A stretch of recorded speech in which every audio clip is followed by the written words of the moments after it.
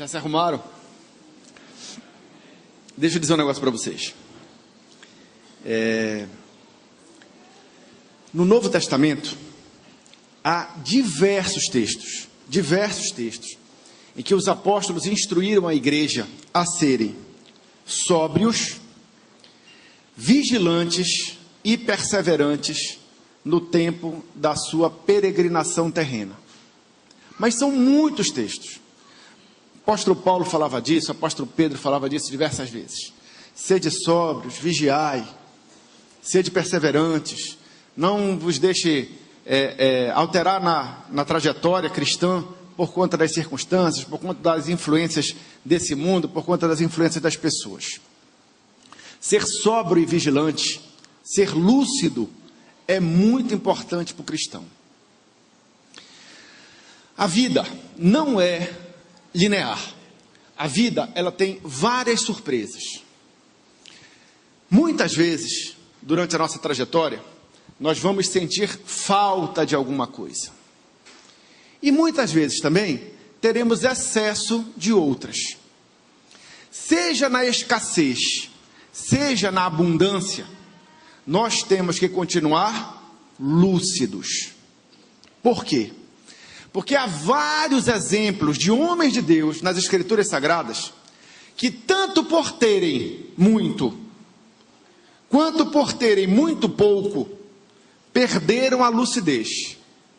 E com diversas consequências, tomaram decisões que, de alguma maneira, pelo menos que de forma transitória, os afastaram do plano de Deus para a vida deles. Entenderam? Então é importante para a igreja manter a lucidez diante de toda e qualquer coisa. Seja no dia bom, seja no dia mau. Seja na festa, seja no luto. Seja porque não tem, seja porque tem muito. Como disse, são vários os exemplos bíblicos de pessoas que em algum momento perderam a lucidez das coisas. Eu trouxe 2 exemplos, somente para que nós não fiquemos assim, interrogando assim, quem seriam essas pessoas? Quais seriam esses exemplos? Eu trouxe um exemplo de alguém que perdeu a lucidez porque não tinha, e outro que perdeu a lucidez porque teve demais. Eu queria que você abrisse a sua Bíblia no livro de 2 Reis, e lesse o que está escrito no verso 14 ao 21 do capítulo 20. 2 Reis, capítulo 20, verso 14 ao 21. Essa é uma história que envolve um rei chamado Ezequias. Para quem não conhece a história de Ezequias, Ezequias era um bom rei. Um rei que serviu a Deus, embora com limitações. Um rei que teve experiências com o Senhor. E um rei que foi abençoado. Mas, diante da bênção que recebera, e isso está registrado em 2 Crônicas, capítulo 32, verso 25, Ezequias não correspondeu aos benefícios que lhe haviam sido dados. E no muito ser abençoado, fez besteira. No muito ser abençoado, perdeu a lucidez. No muito ser abençoado, afastou-se do propósito divino para a vida dele e para aquela bênção que havia sido dada a ele. Deu para entender? E nós vamos ver então esse momento de falta de lucidez do rei Ezequias, que segundo 2 Crônicas 32, 25, não correspondeu aos benefícios que lhe haviam sido dados. E lá em 2 Reis 20, 14, 21 diz assim, podemos colocar? 2 Reis 20, 14 a 21. Olha só como diz.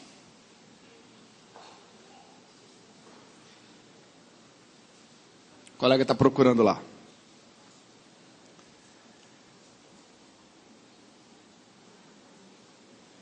Olha, agora vai. 2 Reis 20, 14 a 21. Diz assim, olha. Então o profeta Isaías, o rei Ezequias já havia feito a besteira, certo? Qual foi a besteira que o rei Ezequias fez? Ezequias estava muito abençoado e recebeu embaixadores da Babilônia. Vaidoso, ostentou. Pegou os embaixadores e levou ele para ver todos os tesouros que Deus havia lhe dado. Na ostentação, entendeu? Veja bem, eu creio que você não deve esconder a bênção que Deus lhe dá. Por quê? Porque a bênção que Deus lhe dá é para a honra e glória de Deus, e você não tem por que esconder isso. Uma coisa é não esconder, a outra coisa é de forma vaidosa ostentar. Você consegue entender a diferença entre isso? Pois é. Aí olha o que então disse o profeta Isaías ao rei Ezequias. Então o profeta Isaías veio ao rei Ezequias e lhe disse: que disseste àqueles homens? No caso, os embaixadores da Babilônia. E de onde vieram a ti? E disse Ezequias: de um país muito remoto vieram, de Babilônia. E disse ele: que viram em tua casa? E Ezequias disse: tudo quanto há em minha casa viram, pois nenhum há nos meus tesouros que eu lhes não mostrasse. Entendeu? Então Ezequias recebeu os estranhos e, para ostentar, porque ficou bafento diante da muita bênção que recebera, tá certo? Ficou vaidoso, mostrou tudo. Então disse Isaías a Ezequias: ouve a palavra do Senhor. Eis que vem dias em que tudo quanto houver em tua casa, com quem entesouraram teus pais, até o dia de hoje, será levado para a Babilônia. Não ficará coisa alguma, disse o Senhor. E ainda até teus filhos, que procederem de ti, e que tu gerares, tomarão, para que sejam eunucos no paço do rei da Babilônia. Então disse Ezequias a Isaías: boa é a palavra do Senhor que disseste. Disse mais: e não haverá, pois, em meus dias paz. É verdade? Porque no reinado de Ezequias não haveria essa desgraça, mas na sua descendência, na sua posteridade haveria. Qualquer pessoa lúcida entenderia que esta palavra não era boa. Entenderam? Qualquer pessoa lúcida ia entender que isso não era bom. Qualquer pessoa lúcida tomaria a atitude de tentar reverter isto, porque isso poderia ser revertido. Quando Ezequias recebera de Isaías a palavra de que estava doente e morreria, Ezequias voltou-se ao Senhor em oração e a saúde lhe foi concedida.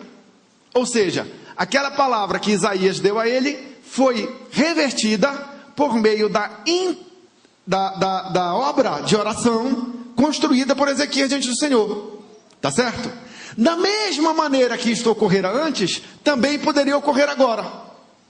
Só que Ezequias não teve lucidez para tomar essa atitude.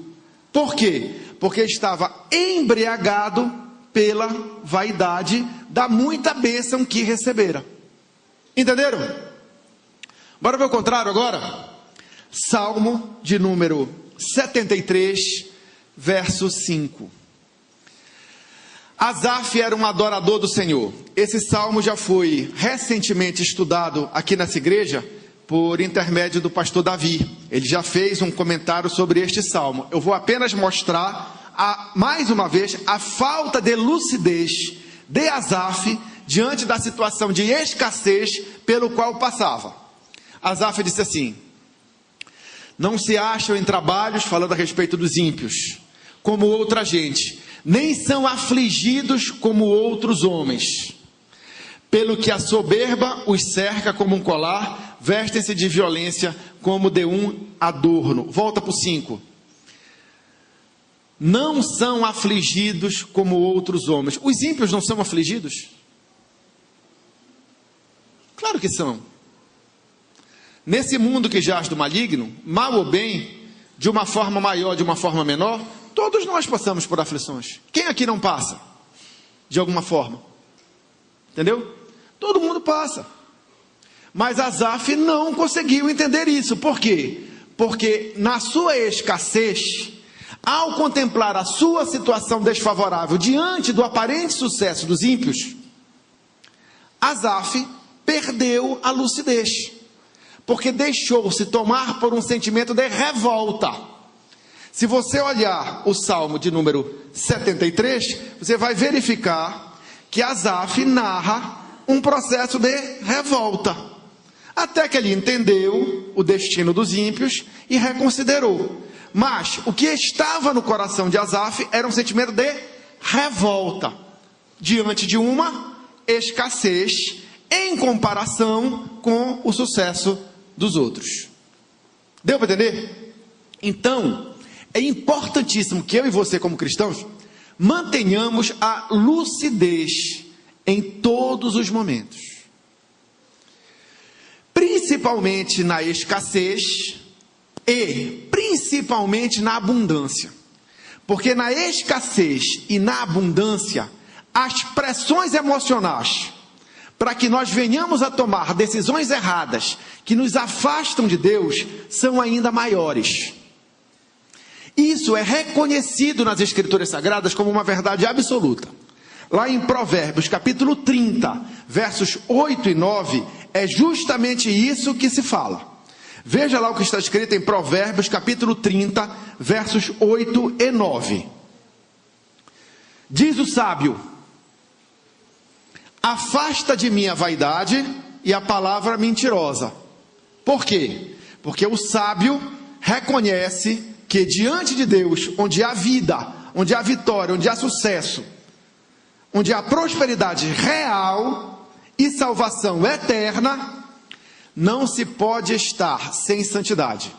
E ser santo envolve estar diante de Deus sem vaidade e verdadeiramente sem mentira.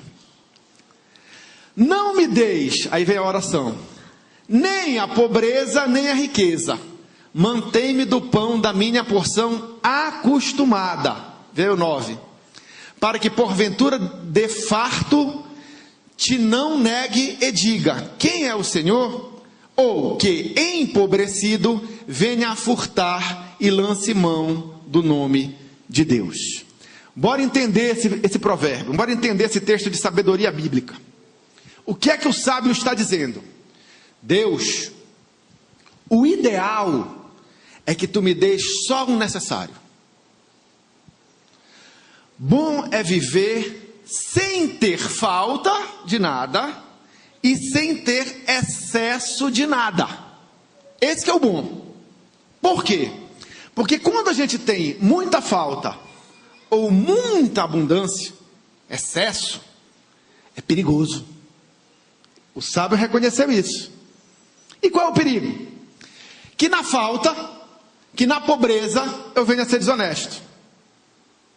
Mas não é só desonesto o perigo de você se tornar quando está pobre. Diante da pobreza, você pode também se tornar desanimado, murmurador, coisas que também te afastam do centro da vontade de Deus para a tua vida. Na outra ponta, a abundância também é perigosa. Por quê? Porque na abundância você pode se tornar vaidoso, independente do Senhor, achando que pelo que você tem, você não precisa de Deus. Esse é um risco que é apontado aqui no livro de Provérbios. Entenda que nesse texto ele está falando de riqueza e pobreza, e você pode, de forma simplista, tentar interpretar esta afirmação como sendo exclusivamente referente a dinheiro. Não é. Tá certo? Pobreza aqui significa escassez no geral. Escassez de paz, escassez de amizade, escassez de conhecimento, não só de recursos. Tá certo? A riqueza também tem essa mesma conotação imaterial. Você pode estar enriquecido por ter uma família poderosa, uma família grande, numerosa. Você pode estar enriquecido por uma posição social elevada, tá certo? Por conhecimento da terra. Você pode se achar o tal. Você pode querer ostentar, você pode querer se ver melhor do que você na verdade é. E isso vai te afastar do centro da vontade de Deus para a tua vida. Entenderam? Bom seria, quem dera, nós vivêssemos os nossos dias na terra sem ter falta de nada e sem ter excesso de nada. Mas a vida não é assim. Volta e meia nós vamos ter falta de alguma coisa. E volta e meia nós vamos ter excesso de alguma coisa. Mas seja na falta, seja no excesso, nós devemos continuar sendo sóbrios, vigilantes e perseverantes. Para que, seja na falta, seja no excesso, seja na pobreza, seja na riqueza, seja lá o que isso represente, de forma material ou de forma imaterial, nós permaneçamos centrados no que o Senhor deseja para nós. Deu para entender? Os extremos são perigosos, mas ninguém aqui escapa dos extremos. Todo mundo um dia vai sentir falta de alguma coisa. Todo mundo um dia aqui vai passar por um luto. Mas no luto nós não podemos perder a lucidez. Da mesma maneira, todo mundo aqui, um dia na vida, vai experimentar uma festa. Vai viver uma festa. Mas na festa, não podemos perder a lucidez. Entenderam? Todo mundo está comigo, certo? Todo mundo está entendendo? Muito bem. Por que desta palavra? Deixa eu explicar para você o que é que nós vamos tratar hoje. Os dias no Brasil não estão legais. A nossa sociedade está podre, tá certo? A nossa igreja devia ter um papel muito mais influente do que tem, mas não está tendo porque nós não estamos tomando posse da posição que deveríamos tomar no meio dessa sociedade, certo? Não quero julgar dizendo que tem muito joio na igreja, porque o joio faz parte. Dentro da igreja visível, o Senhor Jesus já nos alertou que haveria o trigo e haveria o joio, e que ninguém tinha que catar, separar um do outro. Não é disso que eu estou falando. Eu estou falando de cristãos que realmente são cristãos, mas que estão aquém do que deveriam estar como luz desse mundo e sal desta terra. Isso não é um julgamento, isso é uma constatação. Porque se pelo número nominal de evangélicos do Brasil, nós tivéssemos homens e mulheres de Deus verdadeiramente comprometidos com o Evangelho, a postura da igreja frente a coisas erradas que acontecem no nosso país seria uma postura mais vigorosa, mais bem articulada e mais sábia do que é. Porque o nosso Deus é detentor de toda sabedoria. E o nosso Deus haveria de nos ensinar como seu povo a termos um bom comportamento. E se não tem feito, não é porque Ele não queira que nós sejamos sábios, é porque nós não temos buscado a sabedoria que vem dEle. E que é dada de graça a quem pede com fé. Porque Deus dá sabedoria a quem pede e não lança em rosto. Certo? Muito bem. Os dias não estão legais. É problema econômico, é problema político, é problema social, é violência. Tá certo? Outro dia eu estava vendo um programa na Globo News. Gente, era sobre a juventude nas periferias. Pessoal, dá um misto de compadecimento e medo quando você assiste o programa. Entendeu? Tem que pedir misericórdia para Deus para não perder a lucidez e a sobriedade. Porque é uma juventude sem perspectiva. Terrível. Entendeu? Então, nós vivemos num país assim. Bom, como cristão, eu não posso perder o foco de que todas as coisas cooperam conjuntamente para o meu bem. Certo? Mas a engenharia, como Deus vai fazer com que essas coisas conjuntamente cooperem para o meu bem, não me isenta de passar por aflições nesse processo. Aflições conjunturais, somente pelo fato de eu estar vivendo diante de uma sociedade que está complicada como a nossa. Certo? Vivendo num país com uma situação econômica complicada como a nossa. E vivendo num país onde o ambiente político é complicado como o nosso está sendo. Deu para entender? Então, embora eu como cristão não deva desanimar, deva manter o foco de que todas as coisas vão cooperar para o meu bem, eu tenho que estar preparado para o tranco. Porque se a coisa piora, eu não devo dar vexame enquanto aguardo em silêncio o livramento que o Senhor vai me dar. Porque Ele vai. Certo? Porque se eu estou apegado a Deus em amor, Ele me livrará. Ele estará comigo no dia da minha angústia. Cairão 1000 à minha direita, 10.000 ao meu lado, eu não serei atingido. Tá certo? Mas Ele estará comigo no dia da minha angústia. O que me deve despertar o entendimento que a angústia virá. Deu para entender? Ela só não me vencerá, mas ela virá. Então eu, como cristão, diante da potencial piora do quadro, eu não devo me deixar vencer, nem pela desonestidade, como diz o provérbio, mas também não pelo desânimo, muito menos pela murmuração, porque aí meu testemunho estaria inutilizado. Estão entendendo? Mas também pode ser que o mal se abrevie, porque Deus é poderoso para virar qualquer situação. Deus transforma mal em bem, e isso pode acontecer no estalar de dedos.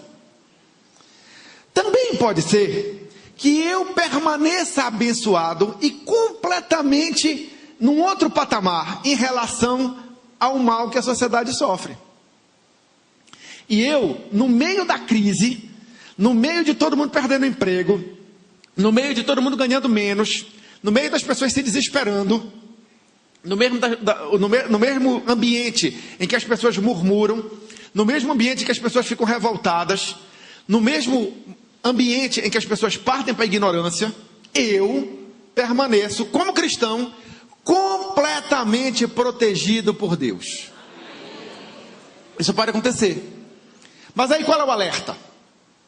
É que na minha abundância, em comparação com os que vão perdendo, eu não me exalte, nem me ache melhor.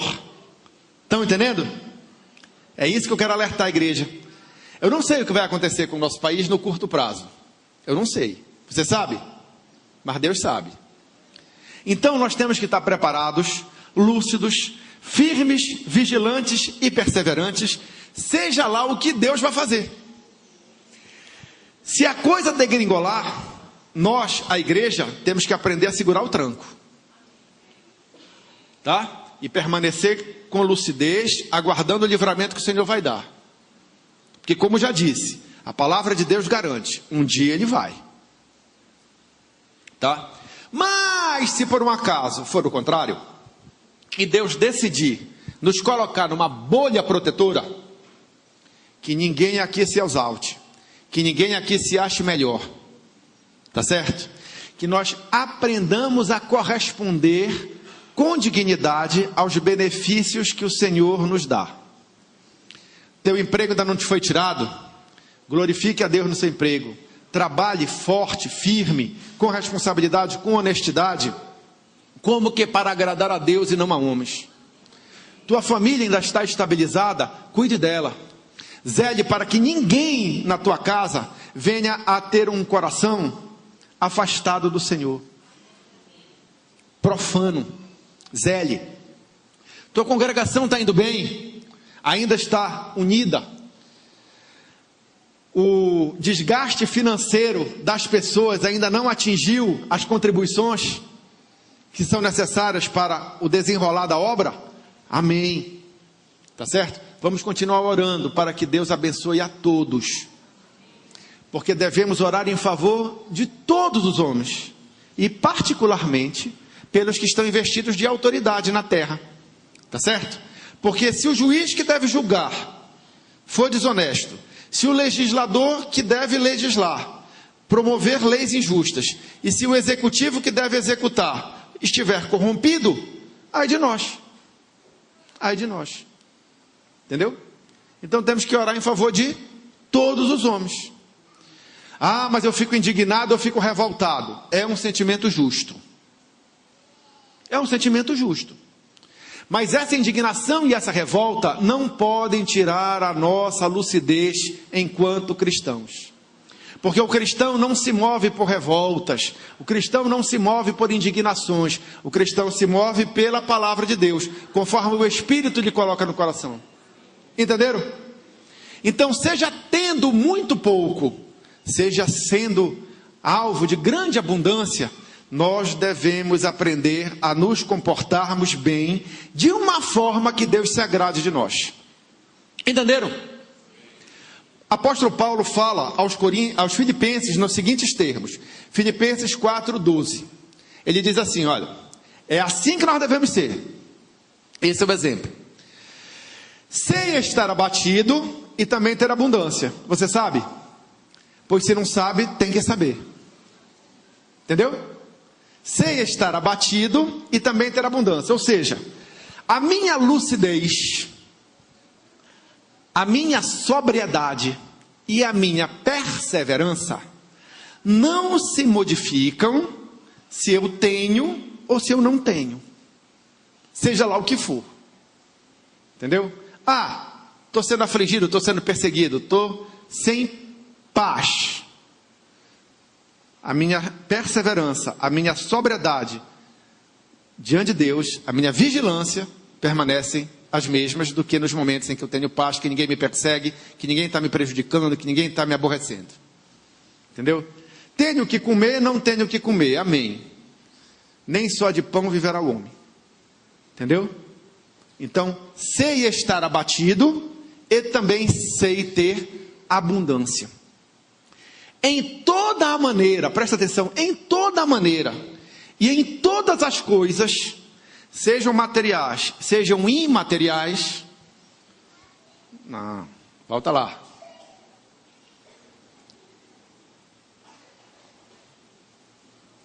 Muito grande. Deu bug. Em toda maneira e em todas as coisas estou instruído, presta atenção, instruído, tanto a ter fartura como a ter fome, tanto a ter abundância como a padecer necessidade. Em todas as coisas estou instruído. Você já está instruído como ter todas as coisas, saber estar bem diante de todas as coisas, sejam elas faltosas, sejam elas abundantes? Então hoje você vai ser instruído. Entendeu? O ponto-chave da ministração deste dia é isso. Porque posso todas as coisas naquele que me fortalece. Posso todas as coisas em Cristo Jesus que me fortalece. Você pode todas as coisas naquele que te fortalece? Então, por que quando a coisa aperta, você murmura, você reclama, você age errado, você se afasta dos caminhos do Senhor, você cai na desonestidade, você fala mentiras, você entra por negócios escusos? Por quê? Da mesma maneira, do outro lado, por que quando tudo está bem, por que quando o vento está favorável, você se deixa envaidecer, você se torna arrogante, você se torna altivo, você se torna independente de Deus? Por quê? Todas as coisas você pode naquele que te fortalece. Você pode permanecer lúcido, vigilante, sóbrio e perseverante em toda e qualquer situação da sua vida. Você tem que saber, volta a um versículo, estar abatido e também ter abundância, em toda a maneira e em todas as coisas. Seja, portanto, instruído a ter fortuna, a ter fartura, como a ter fome, tanto a ter abundância, como a padecer necessidade. Quer aprender? Então pronto, então agora eu vou lhe instruir, em nome de Jesus, como é que isso é possível. A primeira coisa para você não perder a lucidez, não perder a sobriedade, diante das diversas situações da vida, sejam elas de fartura, sejam elas de abundância, sejam elas de fartura, sejam elas de escassez, seja de abundância, seja de escassez, é que você compreenda que você é um cidadão celestial. Tá? Quando você tem a perfeita compreensão do que significa ser um cidadão do céu, a tua perspectiva passa a estar centrada naquilo que é eterno, não naquilo que é transitório. Você passa a compreender que, da mesma maneira que você não levará nada desse mundo, tá certo? Materialmente, da mesma maneira, qualquer sofrimento que você tenha, também não vai para o céu com você. Porque as coisas dessa vida ficarão nessa vida. Tá certo? Nu você veio a este mundo e também com nada daqui você entrará no céu. Tá? Então carro, casa, família, amizades, diploma, títulos, nada isso importa. Tá? Em contrapartida, por mais que você venha a sofrer uma dor, seja física, seja mental, seja espiritual, até o último dia da tua vida, também ela vai ficar aqui, porque o Senhor Jesus um dia enxugará do nosso rosto toda lágrima. Então, o que é daqui vai ficar aqui. Essa compreensão de que somos cidadãos do Reino de Deus, ela é um fator de estabilidade, tá? Se você não tem esta compreensão, procure construir, porque isso é um fator fundamental. Além disso, algumas outras virtudes têm que ser necessárias. Por exemplo, é necessário que eu e você, como igreja, tenhamos disponibilidade para o sacrifício. É necessário que nós sejamos como cordeiros, como carneiros, tá certo? Imitando o exemplo do Senhor Jesus, que sendo abundante em tudo, nas riquezas celestiais, se fez homem e habitou entre nós, em prol de uma obra redentora para a humanidade. Se alguém diz que é de Jesus, deve andar como ele andou. Se alguém diz que é de Cristo, deve ter os mesmos sentimentos que ele tinha. Então a disponibilidade para o sacrifício, ela é necessária, tá certo? Porque quando nós estamos na abundância, nós não podemos usufruir desta abundância de forma egoística. Como cristãos não podemos. Entenderam? Então essa disponibilidade para doar-se, ela é também um fator de estabilidade, porque traz a sobriedade necessária. Ora, se eu tenho, eu também de alguma forma tenho que ser instrumento de Deus para minimizar a situação de quem não tem. Tá certo? Isso vale para questões materiais. Na Bíblia, nós somos estimulados a sermos hospitaleiros, a sermos bondosos, a sermos caridosos, a acolhermos o necessitado, a não desviarmos a nossa trajetória de quem vem a nós para pedir um empréstimo. Entendeu? Então, isso tem a ver com coisas materiais, mas também tem a ver com coisas espirituais. Ora, se eu não tenho paz no coração, eu não posso te ajudar a ter. Mas se eu tenho, eu posso te ajudar a carregar esse fardo. Carregai os fardos uns dos outros, e assim cumprireis a lei de Cristo, o amor. Entendeu? Se eu tenho um determinado conhecimento da palavra de Deus a respeito de um determinado assunto específico que você não tem, e tu estás perecendo justamente porque te falta esse conhecimento, eu que tenho que estar disposto a te suprir nisso aí. Por mais que isso me dê trabalho, por mais que isso tome meu tempo. Ser cristão, sóbrio, vigilante, perseverante, lúcido, envolve a compreensão de que temos que fazer a nossa parte. Ou seja, que temos que estar dispostos ao sacrifício. Deu para entender? Dispostos a fazer algo. Certo? Deu para entender aqui? Além do mais, temos que ser fortes como o leão. Então nós temos que ter a disponibilidade para o sacrifício como um cordeiro, e temos que ter também a força do leão.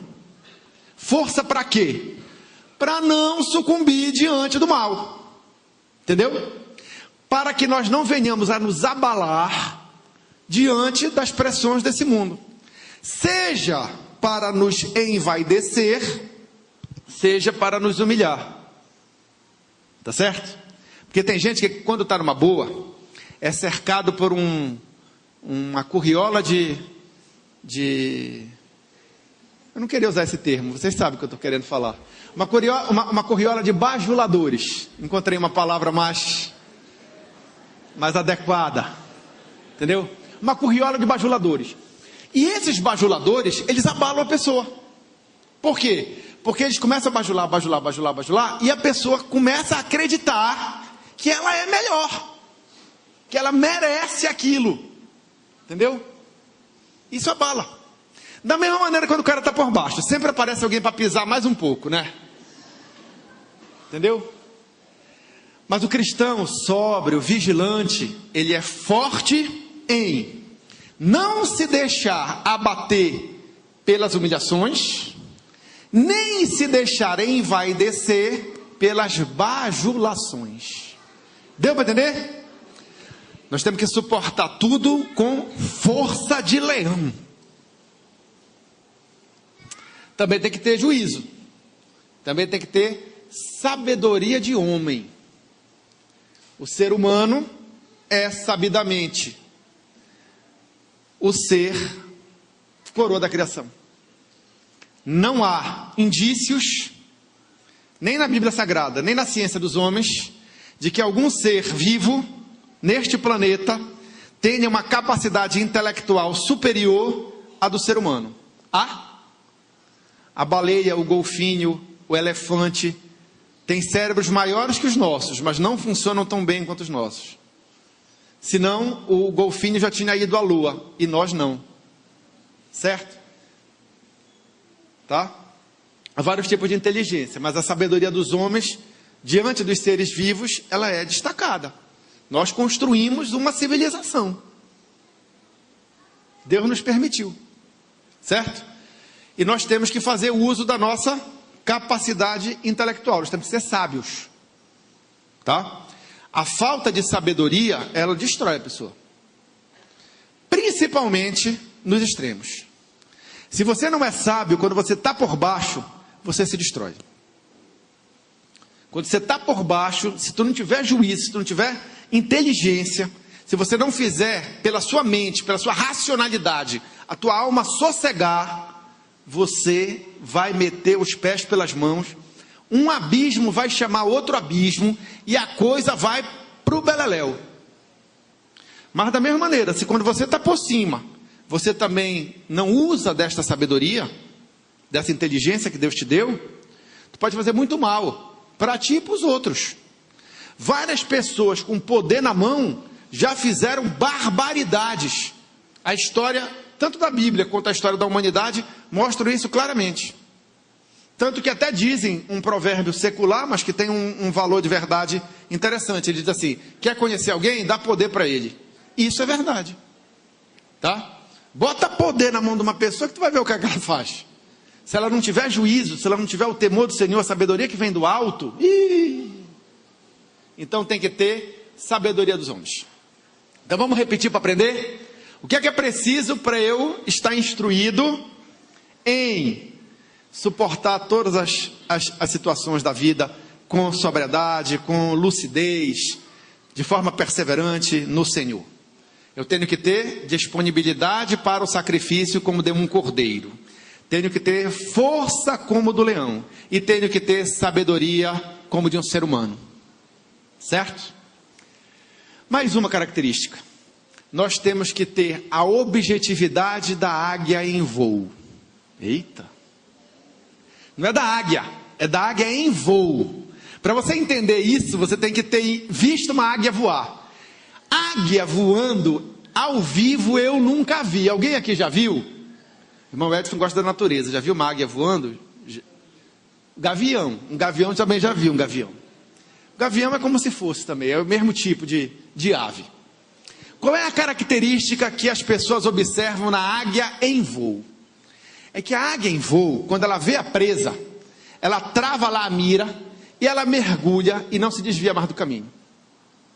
Entendeu? Ela é uma flecha. É o que dizem os biólogos, os estudiosos dizem isso. Quer dizer, ela tem uma objetividade plena. Da feita que ela trava lá, ela viu a cobrinha, viu o ratinho no chão, quando ela mergulha para caçar, sai de baixo. Ela vem que vem. Se você quer ser uma pessoa perseverante, sóbria e vigilante, você tem que ter a objetividade da águia em voo. Você não pode esquecer que o que você vive aqui é transitório.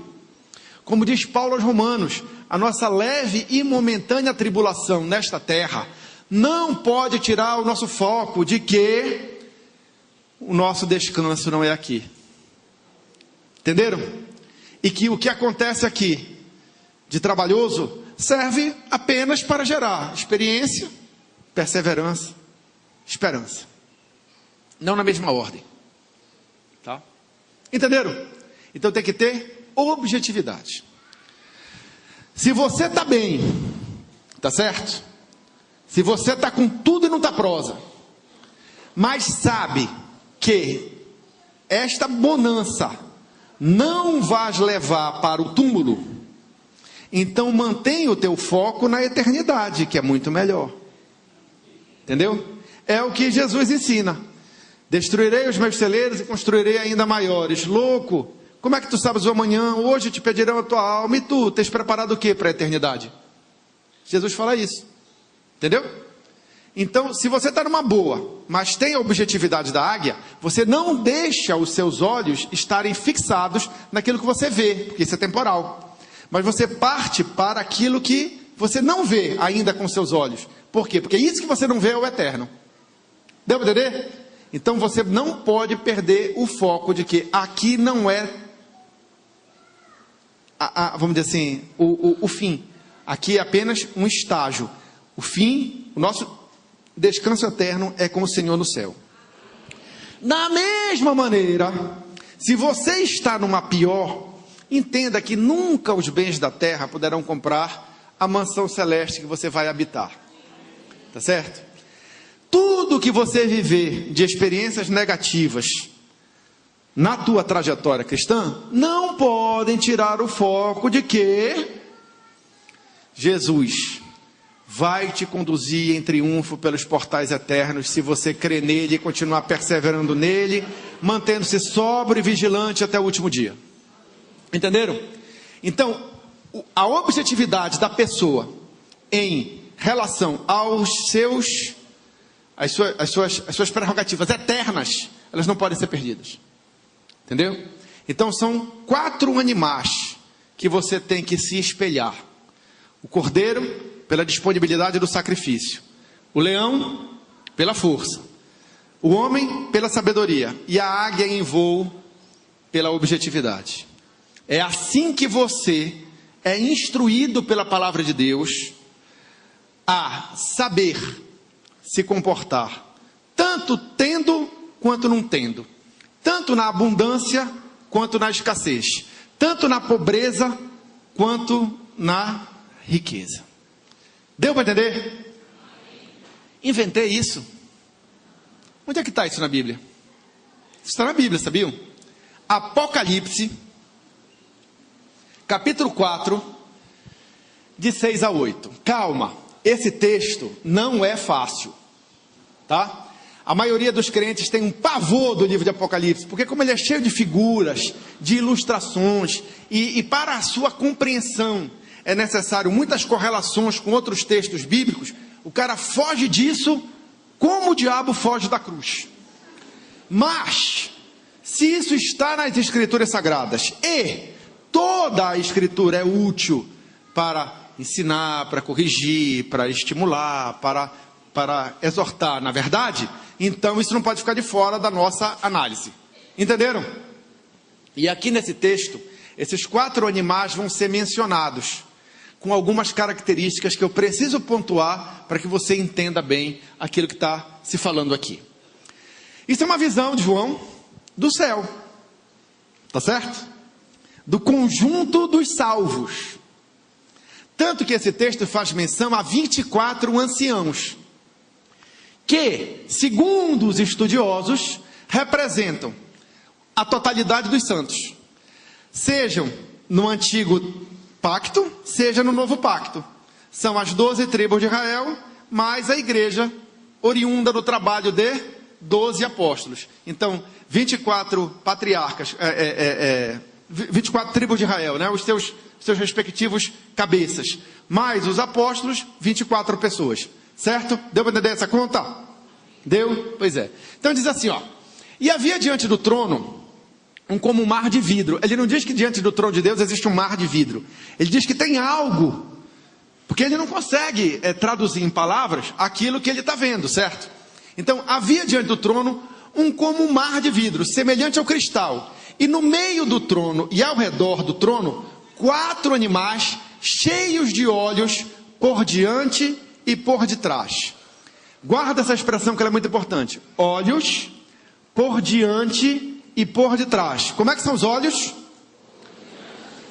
Como é mesmo?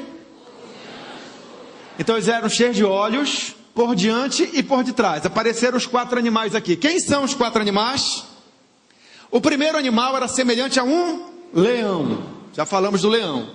É a força. O segundo animal, semelhante a um bezerro, a um cordeiro. A disponibilidade para o sacrifício. O terceiro animal tinha o rosto como de um homem, a sabedoria. E o quarto animal era semelhante a uma águia voando, a objetividade. Disponibilidade para o sacrifício, força, sabedoria e objetividade. São os 4 elementos que nos fazem sóbrios, vigilantes e perseverantes em qualquer situação. Entenderam? Estão instruídos. Agora vocês têm que aprender tanto a ter abundância quanto a ter escassez. Tanto a ter fome quanto a ter alimento sobrando.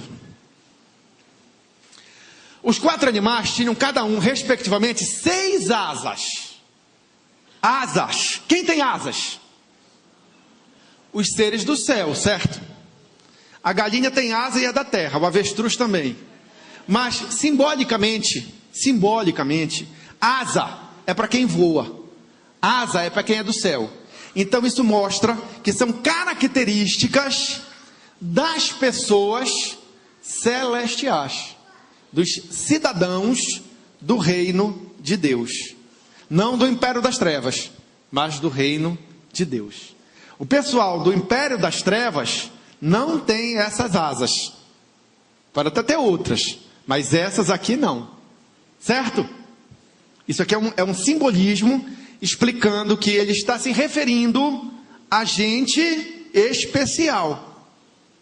Gente eleita para ser sacerdócio real, nação santa, povo, propriedade exclusiva de Deus. Separado para quê? Para manifestar as obras do Senhor, para praticar boas obras. Porque basta o tempo decorrido na nossa ignorância para termos praticado aquilo que desagrada a Deus. O que resta agora devemos viver em novidade de vida. Muito bem. Os 4 animais tinham cada um respectivamente 6 asas e ao redor e por dentro olhos. Estavam cheios de olhos e não descansavam nem de dia nem de noite, dizendo: Santo, Santo, Santo é o Senhor Deus, o Todo-Poderoso, que era, que é e que há de vir. Esse texto tem várias interpretações. Se você for atrás de um compêndio de teologia para dissecar esse texto, você vai ver várias coisas para se tirar dele. É um texto muito rico, como todo o livro de Apocalipse o é. Até pelo que, como tem toda essa história de simbolismo, você pode correlacionar isso com diversos outros textos bíblicos e tirar daí muito material. Não estou discutindo isso, tá? Não estou dizendo que esta interpretação que eu estou lhe dando é a interpretação absoluta, tá? Eu só estou querendo tirar daqui o entendimento para você, de que como cristãos, para sermos sóbrios, vigilantes e perseverantes em toda e qualquer situação, nós precisamos estar com os nossos olhos abertos. E são olhos multidirecionais. Olhos para dentro, olhos para o entorno. Olhos para frente e olhos para trás. Para você se manter sóbrio e vigilante, para você se manter uma pessoa lúcida em toda e qualquer situação, você tem que ter olhos para frente, olhos para diante, para olhar a Jesus, autor e consumador da nossa fé, para ver o céu, tá certo? Olhos para frente.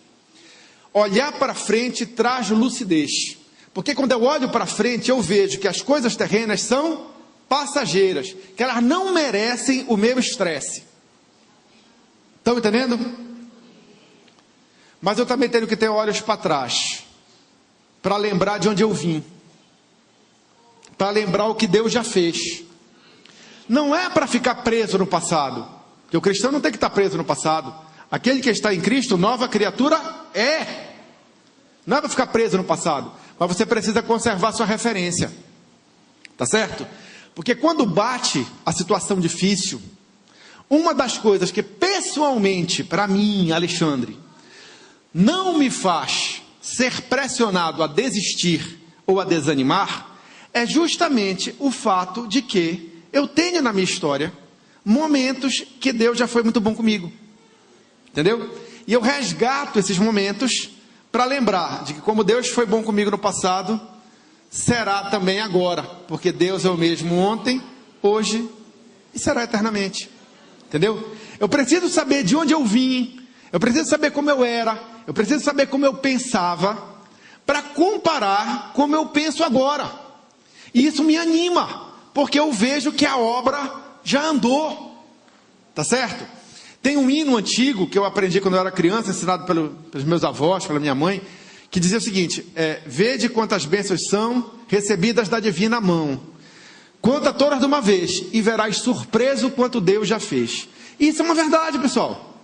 Então a gente também precisa ter olhos para o passado, para ver o que Deus já fez.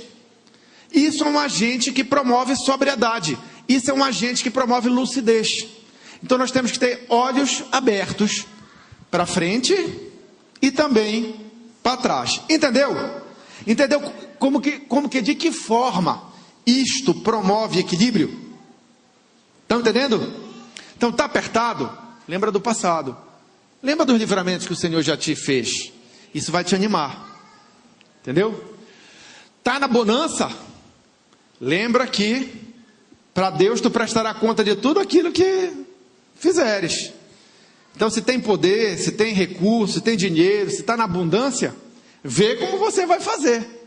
Você vai ter que prestar conta. A quem muito é dado, muito será cobrado. Então não perca os olhos nem para frente, nem para trás. Mas não é só isso. Também tem que olhar para dentro e para o lado. Ninguém pode ter uma trajetória cristã vitoriosa, feliz, equilibrada, sóbria e vigilante, olhando somente para o seu umbigo.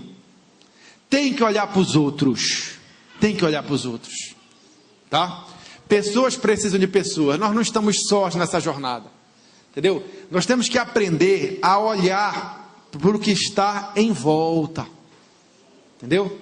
Por quê? Porque no caminhar, eu que tenho dever diante de Deus de ajudar a carregar os fardos de quem está com dificuldade. E eu que não tenho, não posso ser orgulhoso em me negar receber ajuda. Entendeu? Tem muito cristão que compreende perfeitamente que deve ajudar, mas ele tem uma vergonha que dói, um medo que dói, ou um orgulho que dói na hora de ser ajudado, na hora de ser abençoado, na hora de ser honrado.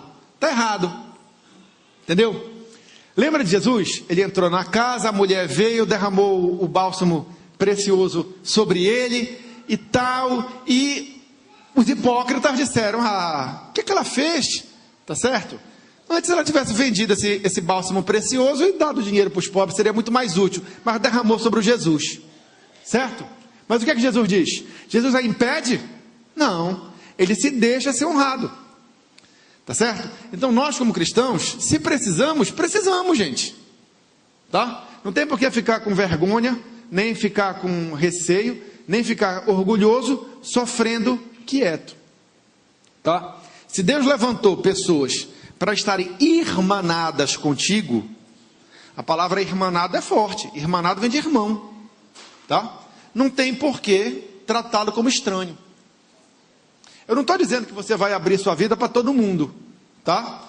Mas se no momento de aperto, Deus botou alguém que pode te socorrer, não tem problema. Entendeu? Você não pode ter vergonha de pedir para o irmão orar contigo. Bom é quando a gente se resolve sozinho.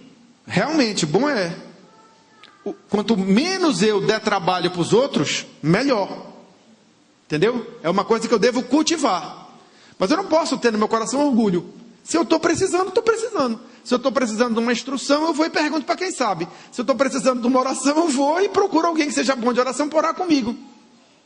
Entendeu? Não tem por que ficar com vergonha nem com medo. Então tem que ter olhos para o lado. Tem que ver as necessidades das pessoas e tem que vê-las também como um instrumento de bênção para a nossa vida. É lá e cá. Entendeu? É ver e ser visto. Entendeu? Se eu como crente olho, o outro crente também me olha. E aí nós estamos irmanados no cuidado de uns para com os outros. É possível cuidar de todos? Não, não é possível. Não é possível cuidar de todos. É possível ter amizade plena com todos? Não, não é possível. Mas com quem Deus botou no seu lado para andar contigo, seja assim. Entendeu? Entenda que é um corpo. As células do meu dedinho não estão ligadas na célula da minha barriga, diretamente. Certo? Mas é o mesmo corpo. As células do meu pulmão não estão ligadas diretamente com a dos meus ossos do pé, mas é o mesmo corpo. Entenderam? Então não é pelo fato de que você não está ligado a todos que você não pertence a esse corpo. Mas pelo menos tenha olhos para aqueles que Deus levantou para andarem contigo. Deu para entender? Isso é o olhar para o lado. O olhar para o lado é um fator de estabilidade. Nós devemos ser sempre abundantes na obra do Senhor. Quem é abundante na obra do Senhor não se distrai com besteira.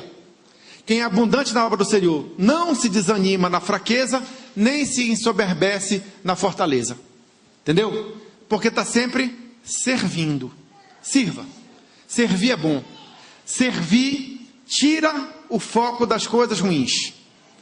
E servir acaba sendo traduzido para você em serviço. Porque é dando que se recebe. E quem dá, recebe boa medida, recalcada, sacudida e transbordante. Deu para entender? Ok. Finalmente, e talvez o mais importante de tudo, os olhos para dentro. Semana passada nós participamos da Santa Ceia do Senhor, onde celebramos a morte do Senhor até que Ele venha, o seu sacrifício na cruz, o estabelecimento de uma comunhão plena com Deus, porque naquele momento da cruz, o véu que separava já não separa mais, foi rasgado. Certo? Temos livre acesso. Não é isso? Muito bem. O que é que estava lá recomendado para a prática da Santa Ceia? Examine-se, pois, o homem a si mesmo, e então coma do pão e beba do cálice. Certo? Examine-se, pois, o homem a si mesmo. É o olhar para dentro. Não pode faltar. Tá? O olhar para dentro é o mais importante dos olhares. Por quê? Porque de tudo que nós devemos guardar o nosso coração. Muito bem, tá vendo como vocês sabem? Tá? De tudo que a gente tem que guardar, mais importante é guardar o nosso coração. Assim como há várias exortações no Novo Testamento a sermos vigilantes, sóbrios, lúcidos, perseverantes, também há um número grande de exortações nos conclamando a nos autoexaminarmos. Não é só esse texto lá de Coríntios que fala de autoexame, né? O apóstolo Paulo diz assim: vocês que se dizem cristãos, provem-se a vós mesmos, provem-se a si mesmos, veja se vocês estão na fé, se deixem sondar pelas escrituras sagradas, através do Espírito Santo de Deus. Davi no Antigo Testamento orava e dizia: Senhor, tu me sondas e me conheces, vê se há em mim algum caminho mau, tá? E esse olhar para dentro, ele é fundamental. Quando você se autoexamina, você aprende a se autoconhecer. E aí você vai, à luz das Escrituras Sagradas, perceber quando as sementes da vaidade, do orgulho, da altivez, da arrogância ou da murmuração, do desânimo, estiverem sido plantadas, a fim de que você as arranque antes que elas brotem. Entenderam? Esse é que é o lance de você se auto-examinar. E como é que isso é feito? Isso é feito de uma maneira muito simples, muito fácil, muito direta. Na verdade, sobrenatural. Mas para quem é de Jesus, extremamente comum. É no relacionamento íntimo e pessoal com o Espírito Santo de Deus. Tá?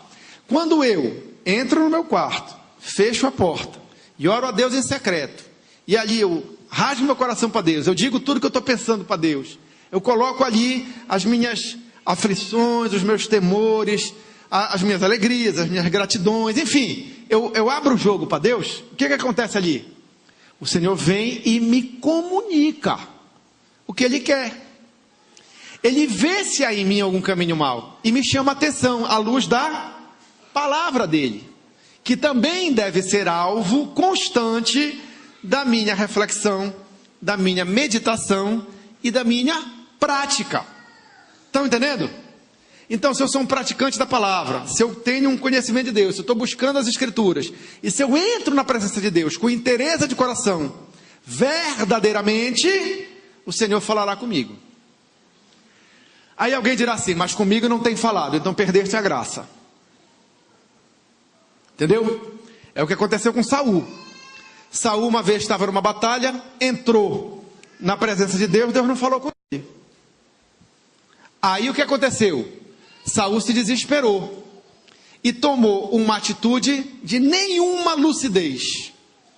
Ele que já havia inclusive mandado matar as feiticeiras, foi a uma terra chamada Endor, justamente para se consultar com uma necromante. Sabe o que é necromante? É que recebe espírito dos mortos, que na verdade cremos, tratam-se de espíritos demoníacos, né? Porque à luz do contexto geral das Escrituras, quem vai, não volta. Entendeu? Isso é uma análise que a gente pode fazer depois, num outro tempo, mas eu asseguro a vocês que no contexto geral das Escrituras é assim. É por isso que a gente não advoga a necromancia, esse hábito de tentar se contactar com quem já morreu. Para nós, à luz da Bíblia, o entendimento bíblico que nós temos, isso é uma furada. Tá certo? Vai falar com o capeta. Muito bem.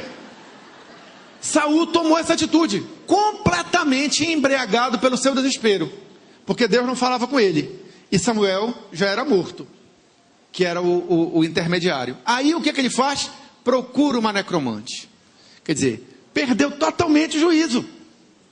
Tá certo? Mas por quê? Porque a graça do Senhor já havia, se mandado da vida dele. Então essa história de que eu busco o Senhor e o Senhor não fala comigo, acho melhor tu te converteres. Porque, não, falando sério, porque o cristão, verdadeiramente cristão, em comunhão com Deus, não corre esse risco. Não corre. Tá? A intimidade do Senhor é para aqueles que o temem. Se você é uma pessoa temente a Deus e chega na presença de Deus com o coração inteiro, verdadeiramente disposto a ouvir Deus falar, Deus falará. Entendeu? Isso aí é desculpa de amarelo é comer barro, entendeu? Não tem como. Não tem. Tá? Não existe ninguém em plena comunhão com Deus que buscou a Deus e não o encontrou. Porque aquele que procura, acha. Aquele que pede, recebe. Aquele que bate a porta se abre. Então, perder a lucidez é desespero de quem não tem a graça. Porque se você tem a graça, você tem toda a condição de entrar na presença de Deus e ser instruído em si, sondar a si mesmo à luz da revelação da palavra de Deus e consertar teu caminhar. Para viver bem, de forma equilibrada, sereno, mesmo na maior tempestade e sem vaidade, por mais que você esteja no topo da pirâmide. Entenderam? Porque é isso que Deus quer. Que estejamos nós com escassez ou com abundância, sejamos pessoas lúcidas, sóbrias, vigilantes e perseverantes, não tomando decisões que nos afastem do plano dele para a nossa vida.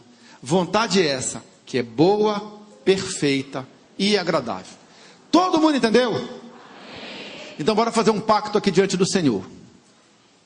Se a situação vier a piorar, ela vai melhorar. Mas enquanto ela piora, sejamos lúcidos. Tá? Ninguém vai murmurar, nem se revoltar, nem se desesperar, nem chutar o pau da barraca, nem vender tudo que tem, nem se mudar para os Estados Unidos, nem fazer nada disso. Porque muitos fazem assim, o país piora, vamos embora, vende tudo que tem, vamos aventurar em outro lugar. Como se a bênção de Deus dependesse do local onde ele está. Se você for, vamos dizer assim, chamado para Deus, para ir para uma outra terra, vá. Mas se você for chamado por Deus, por desespero, não. Fica onde você está. A bênção do Senhor te alcança. se você está no caminho dela. Mas se você foge da bênção, aí ela não vai te alcançar nunca. Certo? Então, muito cuidado nessas horas. Se você vier a ser preservado em relação às outras pessoas, não ache que você é melhor que elas. Não pense nisso, tá? Procure entender que você foi preservado para você ter vida tranquila, porque Deus é bom, mas também para você ter com quem acudir o necessitado. E quando eu falo em acudir o necessitado, não estou falando só de dinheiro, tá? Estou falando em acudir o necessitado, seja lá qual for a necessidade. Às vezes a necessidade é um aperto de mão, um abraço amigo. E muitos se negam. Entendeu? Então, sejamos sóbrios, vigilantes. Tenhamos olhos para frente, para trás, para os lados e para dentro. E vivamos de uma forma que Deus se agrade de nós. Deu para entender? Amém. Todo mundo está instruído? São todos indesculpáveis. São todos indesculpáveis.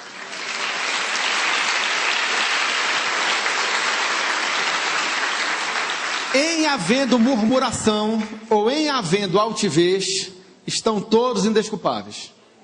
Tá? Saiba que agora você já está instruído. Viva a instrução. Agora veja bem. Isso vale para quem está com Deus, pessoal. Tá? Isso tudo que foi dito só vale para quem está com Deus. Quem não está, está perdido. Está liquidado. Porque não vai poder contar com esta orientação. Tá certo? Não vai poder contar com esta ação do Espírito Santo de Deus dentro de nós, construindo essa estabilidade.